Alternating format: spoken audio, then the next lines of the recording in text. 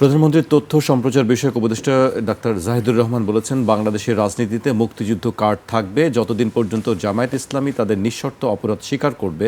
এই রাজনৈতিক কার্ডটি গুরুত্বপূর্ণ। তিনি বলেছেন, মুক্তিযুদ্ধের সময় জামায়াতের লোকজন ফৌজদারি অপরাধে জড়িত ছিল, কোনো সন্দেহ নাই। তারা কোলাবরেট করতে গিয়ে নানা রকম মানবতা বিরোধী অপরাধ এবং যুদ্ধাপরাধে জড়িত হয়েছিল। জাহিদ যা বলেছে ঠিকই বলেছে, কিন্তু এখানে কিছু অ্যানোম্যালিজ আছে। সেই অ্যানোম্যালিজে আমরা না আসি, আগে আমরা এই জায়গায় যাই যে মুক্তিযুদ্ধের ভাগ কেন সবাই চায়। কারণ সবাই এখন বুঝতে পারছে যে গৌরব করার মতো তাদের কাছে কিছু নাই।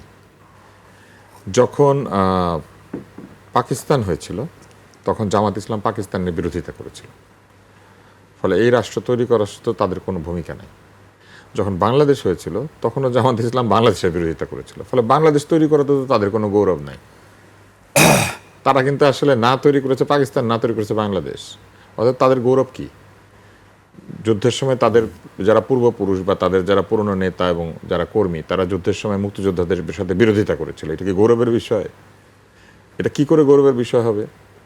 তারা এই যে কিছুদিন আগেও ইয়েতে যেতেন না, কি বলে, শহীদ মিনারে যেতেন না, বলেছেন দায়িত্ব পেয়েছি তাই গিয়েছি। মানে বুঝতে পেরেছেন, সিট পেলে সিটের জন্য করে, নিজের জন্য করে না, আদর্শের জন্য করে না। আসনটা গুরুত্বপূর্ণ, ক্ষমতাটা গুরুত্বপূর্ণ। তো এইটা তো ইসলামেও নাই। ইসলামে ক্ষমতাকে গুরুত্বপূর্ণ ভাবা যাবে না।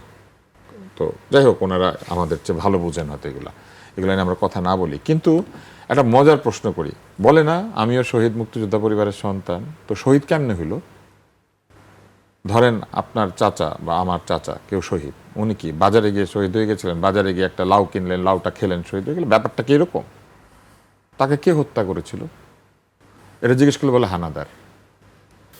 নাম বলে না, ভাসুরের নাম মুখে নিতে পারে না, কারণ ভাসুরের দেশের সাথে অনেক ভালো সম্পর্ক। থাকুক, কোনো অসুবিধা নাই, সে থাকতেই পারে। মানুষের রাজনীতি, অর্থনীতি, বহু কারণে সম্পর্ক থাকতে পারে না, পারে, এটা নিয়ে চিন্তার কোনো কারণ নেই, এটা আমি বিরোধিতা করি না। প্রশ্নটা হইলো নামটা পারে না কেন বলতে?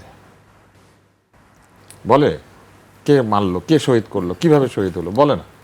আচ্ছা বুঝলাম, যুদ্ধ করেছে। তো যারা যারা যুদ্ধ করেছে তালিকা দেন, আমরা মিলাই দেখি আপনাদের পরিবারে কারা কারা সত্যি সত্যি মুক্তিযুদ্ধের তালিকা আছেন, অথবা কার সাথে কে যুদ্ধ করেছেন। নিশ্চয়ই আছে। নাম বলে না, কোনোদিন বলবে না আমার চাচা অমুক কিংবা আমার মামা অমুক মুক্তিযুদ্ধে সক্রিয় অংশগ্রহণ করেছিলেন, এটা বলবে না। বলবে মুক্তিযোদ্ধা পরিবারের সন্তান। খুঁজতে খুঁজতে দেখবেন যে ছেলের, বউয়ের, চাচার, খালুর, ফুপার, নানা। এইভাবে বললে তো হবে না। এইভাবে চিন্তা করলে আমরা সবাই তো মানে আত্মীয় কারো না কারো। কিন্তু এই যে বলে যে যুদ্ধ করেছে, যুদ্ধটা কার সাথে করেছিল? বুঝলাম উনি শহীদ মুক্তিযোদ্ধা বা ওনারা শহীদ মুক্তিযোদ্ধা পরিবারের সন্তান অথবা মুক্তিযোদ্ধা পরিবারের সন্তান, জিতে ফেরত এসেছে। কার সাথে যুদ্ধ করে জয়লাভ করলো? জয়লাভ যে করলো, কিভাবে বুঝলো জয়লাভ করেছে? তাহলে কোথায় যেতে হবে জানেন? তাহলে যেতে হবে সোহরাওয়ার্দী উদ্যানে। কারণ জয় পরাজয়ের একটা স্বাক্ষর হয়েছে, ওই স্বাক্ষরের তারা বিরোধিতা করে। তাহলে যাকে উনি বলছেন যে আমিও মুক্তিযোদ্ধা পরিবারের সন্তান, হয় তিনি জিতেছেন, নাহলে তিনি শহীদ হয়েছেন। মুক্তিযুদ্ধে তো পরাজয় হয় নাই। তো জয়লাভের ওইটা অস্বীকার করে, বলে না এটা হয় নাই।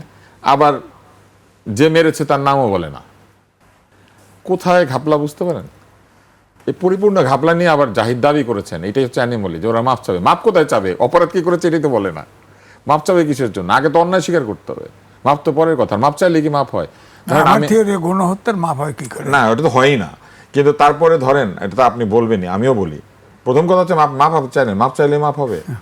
তাহলে তো যে কোনো একটা কিছু করে এসে বলা যাবে যে হ্যাঁ ঠিক আছে, সরি। 24-এর ঘটনা, তাহলে তো ভালো। তাহলে ওনাদেরকে যদি মাফ করে দেওয়া যায় তাহলে তো 24 সালে মাফ করে দেওয়া যাবে, তাই না? তো একই ধরনের অপরাধে ধরেন একদল মাপ পাবে, আরেক দল মাপ পাবে না, এটা তো হবে না। তার মানে বিরাট একটা অ্যানোমালি আছে, একটা আইনি জটিলতা আছে। আজকে আজিজ ভাই তো যথার্থই বলেছেন যে একটা আইন হয়েছে, যে আইনটা আবার উপদুষ্টু সাহেব করে গিয়েছেন, প্রধান উপদুষ্টু এবং তার উপদুষ্টু, হ্যাঁ উপদুষ্টু, হ্যাঁ উপদুষ্টু, যারা দুষ্টু কাজ করে, মানে উপরে বসে থেকে দুষ্টু কাজ করে, তারা উপদুষ্টু। হ্যাঁ, আর তারা তো গোটা জাতির উপদুষ্টু হয়েছিলেন। তো এমন দুষ্টু কাজ করেছেন, একটা চুক্তি করে গিয়েছেন না আমেরিকার সাথে, আধিপত্যবাদ বলে চিল্লাচিল্লি করেন। এই চুক্তিটা কি? এবং এই চুক্তির মধ্যে এটাও আছে, এটার বিরুদ্ধে বড় লেখা আছে এটা নিয়ে। হ্যাঁ, আজিজ ভাই এটা নিয়ে লিখেছেন, আমরা কথা বলেছি, আপনার মনে আছে যে চুক্তিটা হয়েছে সেদিন এখানে কথা বলেছিলাম। তো এবং ওই চুক্তি তখন প্রকাশিত হয় নাই, যতটুকু জেনেছিলাম ততটুকু নিয়ে কথা বলেছিলাম। কেন বলেছিলাম? এই যে সংসদে এতদিন সনদ, অনেক কিছু নিয়ে ওনারা অনেক গল্প করলেন, কথা বললেন, তর্ক করলেন। একটা দিন সরকারকে প্রশ্ন করেছেন যে এই চুক্তিটার ভবিষ্যৎ কী হবে? কারণ ওই বেলায় সব ঠিক, গাড়ির বেলায় সবাই টেবিল চাপড়ায়। হ্যাঁ, গাড়ি দিতে আপত্তি নাই, গাড়ি নিতে আপত্তি নাই, কারণ আগে তো গাড়ি কিনতে হতো। এখন তো সরকারের টাকায় বলবে ইউএনের চেয়ে ছোটো গাড়ি নিব না, মন্ত্রীর চেয়ে ছোটো গাড়ি নিব না, ওর চেয়ে ছোটো নিব না, ওর চেয়ে ছোটো নিব না। ছোটো গাড়ি নিবে না, কেমনে ছোটো গাড়ি নিবে? এই যে ছোট ছোট আমাদের ভাইয়েরা বোনেরা, তারা যে আন্দোলনের পরে, যুদ্ধের পরে যে গাড়িতে চললেন, তাই না?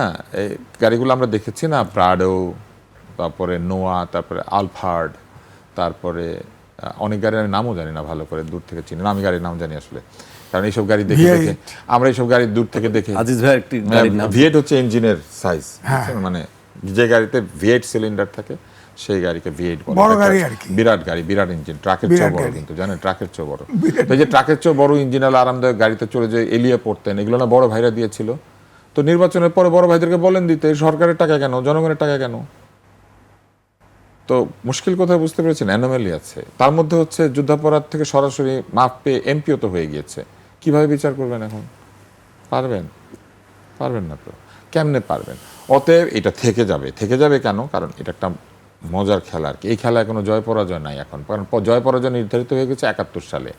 এখন যারা জিতেছে আর যারা হেরেছে তাদের পরের জেনারেশন ক্ষমতায়, অথবা তারও পরের জেনারেশন, এই যে ছোট ছোট বাচ্চা কাচ্চা, তারা রাজনীতি করছেন। এখন তাদের কাহিনীটা কোথায় বুঝতে পেরেছেন?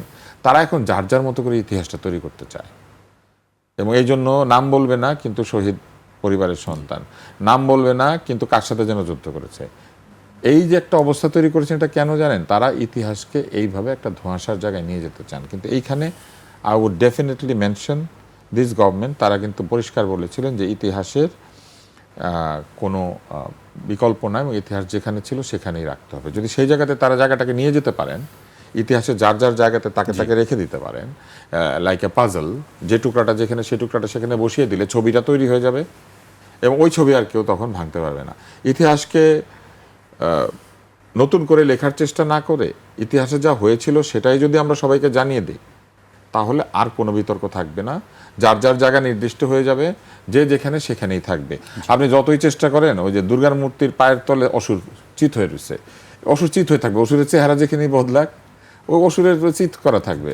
শয়তানের দিকে আমরা পাথর মারি না। আমরা দেখেন, আমরা আমাদের মুসলিম ধর্মের বিশ্বাসে আমরা শয়তানের দিকে পাথর মারি। আপনি চিন্তা করে দেখেন তো, এই পাথর কিন্তু মারতেই হবে, এবং ও মারা খাবেই ওইখানে পাথর।